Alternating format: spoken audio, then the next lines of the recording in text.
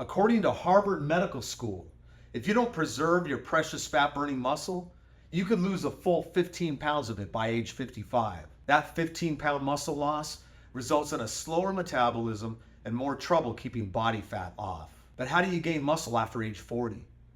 Or after age 50? Or 60?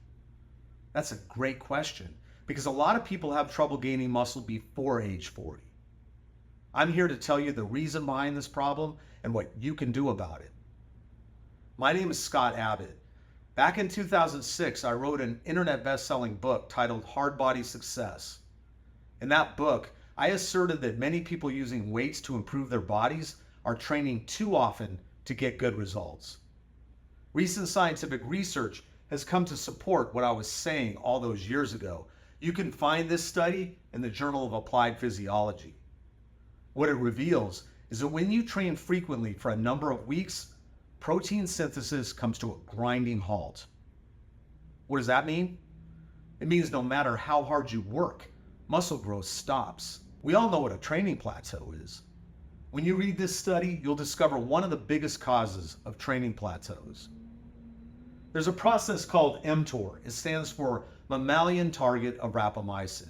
It's the signaling pathway that generates new muscle cells. This study shows that when you train on a frequent basis, those mTOR molecules get desensitized. Their signaling stops, and you hit a muscle building plateau. So how do you reverse this? How do you get those mTOR molecules resensitized? If you can reverse and then prevent this, you should be able to make nonstop progress.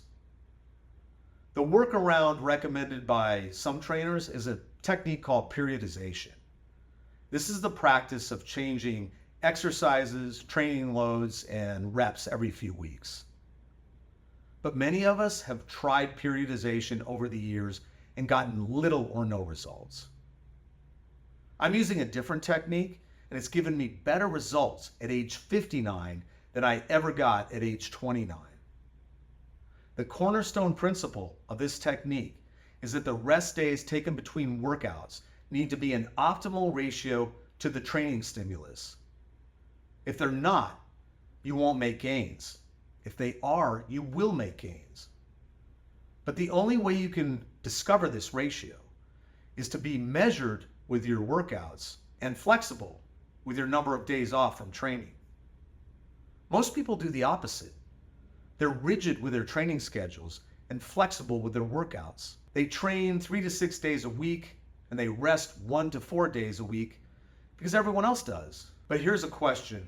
What if all you had to do is go against the status quo to get much better gains than the average person?